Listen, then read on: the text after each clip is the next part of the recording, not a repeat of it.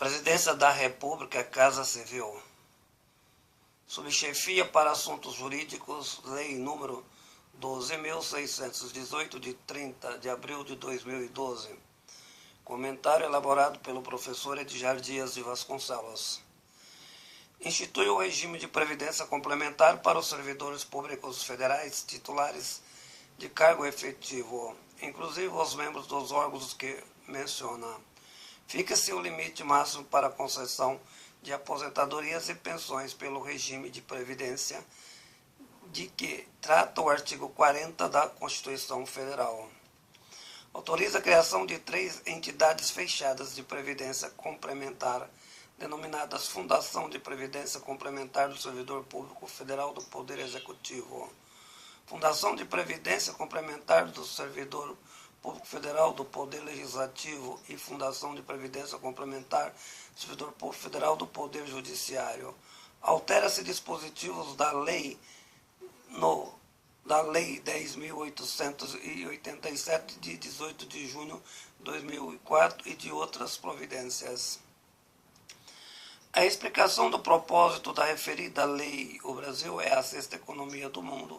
Crescimento econômico devido aos últimos governos. Anteriormente figurava na 14ª economia, portanto hoje é considerado país de primeiro mundo.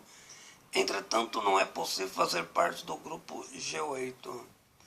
Explica-se devido a critérios internacionais. O conceito do desenvolvimento não é só econômico, entretanto humano.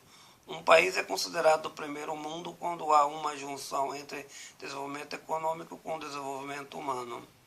Com efeito, o Brasil é e não é, ao mesmo tempo, um país do primeiro mundo. Exigências dos organismos internacionais, entre os quais a ONU.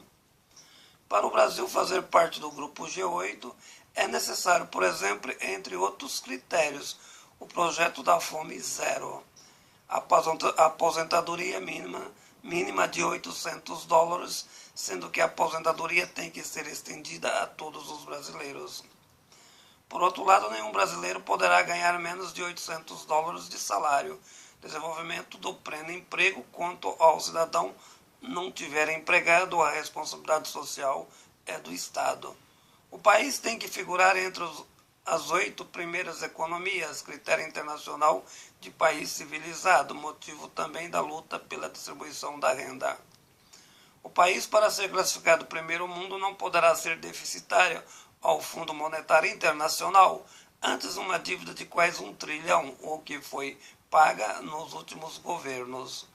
É necessário ter reserva cambial, no caso específico do Brasil, $600 bilhões de divisa internacional, ainda ser financiador do desenvolvimento econômico do mundo por meio do Fundo Monetário Internacional. Motivo pelo qual o governo brasileiro tem alguns milhões de dólares depositados nessa instituição, fato que aconteceu nos últimos governos na história do Brasil. Com o objetivo de atender todas as exigências, o governo limitou o teto da aposentadoria dos altos salários federais, diminuindo o déficit previdenciário e, com o decorrer dos anos, seguirão os critérios internacionais. Para o Brasil, de fato, poder ser classificado como país de primeiro mundo. Por outro lado, a tentativa gradual do aumento do salário, tudo o que o governo procura fazer é atender às exigências da ONU. Um quarto aspecto de democracia civilizada: a distribuição de renda tem que ser efetivada pela iniciativa privada e não pelo Estado, como são as economias do grupo G8. O Brasil tem como finalidade objetivar tal proposição, inviabilizado por forças conservadoras, motivo da importância de um Congresso afinado a tais proposições. Atendendo a essas exigências, o Brasil poderá fazer parte do grupo G8 e das decisões internacionais, o que significaria não ser uma economia periférica, proposição do governo federal. Esse é o propósito do governo, mas pensar em distribuir renda no Brasil é motivo de rebelião nacional. Entretanto, tal proposição desagrada profundamente diversos poderes que não receberão mais aposentadorias de marajás. Reage de algum modo contra o governo, defendendo estritamente interesses próprios e não as exigências do desenvolvimento econômico ou desenvolvimento humano. o que é necessário ao processo civilizatório. Artigo escrito pelo professor Edgar Dias de Vasconcelos e comentário desenvolvido a respeito de tais leis em referência.